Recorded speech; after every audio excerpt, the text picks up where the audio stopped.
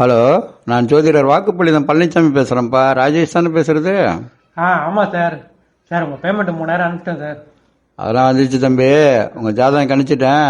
இப்போ நீங்கள் 3 கேள்வி கேட்கலாம். என்கிட்ட கேட்குறீங்களா? சார் எனக்கு எப்போ சார் கல்யாணம் ஆகும்? தம்பி, உனக்குன்னு ஒருத்தி பிறப்பா தம்பி. எது இன்னும் பிறக்கவே இல்லையா? ஆமாம் தம்பி, உங்களுக்கு 45-50 வயசுக்கு மேலே தான் கல்யாண யோகமே வருது.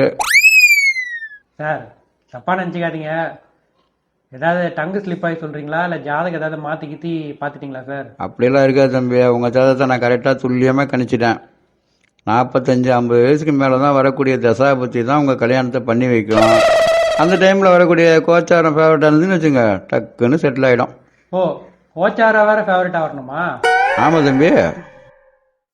சார் நீங்கள் சொல்கிறத பார்த்தா கட்டையில் போகிற வயசுல கல்யாணம் படுத்த படுக்கையாக இருக்கும்போது எனக்கு ஃபர்ஸ்ட் நைட்டா சார்? என்ன சரி தம்பி, உங்களுக்கு பழு போன வயசுல தான் பக்கோடா கிடைக்கும்னு விதி இருக்கு. சரி தம்பி, அடுத்து 2வது கேள்வி கேட்குறீங்களா? டைம் அவுட் ஆகுது. 2வது கேள்வியா? உங்களுக்கு கல்யாணம் ஆயிடுச்சா? எனக்கு 19 வயசுலேயே கல்யாணம் ஆகி கல்யாண வயசுல ஒரு பொண்ணு இருக்கு தம்பி. சரி, 3வது கேள்வி கேளுங்க. சார் நான் என்ன 2வது கேள்வியே கேட்கலையே. அதான் எனக்கு கல்யாணம் ஆயிடுச்சுன்னு கேட்டீங்களா? ஆயிடுச்சானு? என்னடா புத்தாட்டது? ஓ, அதே சார் அந்த லிஸ்ட்டில் சேர்த்துட்டீங்களா? ஆமாம் தம்பி. சரி, 3வது கேள்வி கேளுங்க. டைம் அவுட் ஆக போகுது. 3வது கேள்வியா? சார் உங்களுக்கு கல்யாண வயசில் ஒரு பொண்ணு இருக்குன்னு சொன்னீங்கல்ல, அந்த பொண்ணை எனக்கு கல்யாணம் பண்ணி தரீங்களா? என்னது? என்ன கட் ஆயிடுச்சு? திரும்ப கால் போடுவோம்.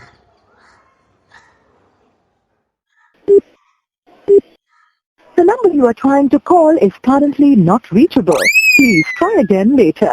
உலக வாழ்க்கை நடனம், நீ ஒப்புக்கொண்ட பயணம், அது முடியும் போது தொடங்கும்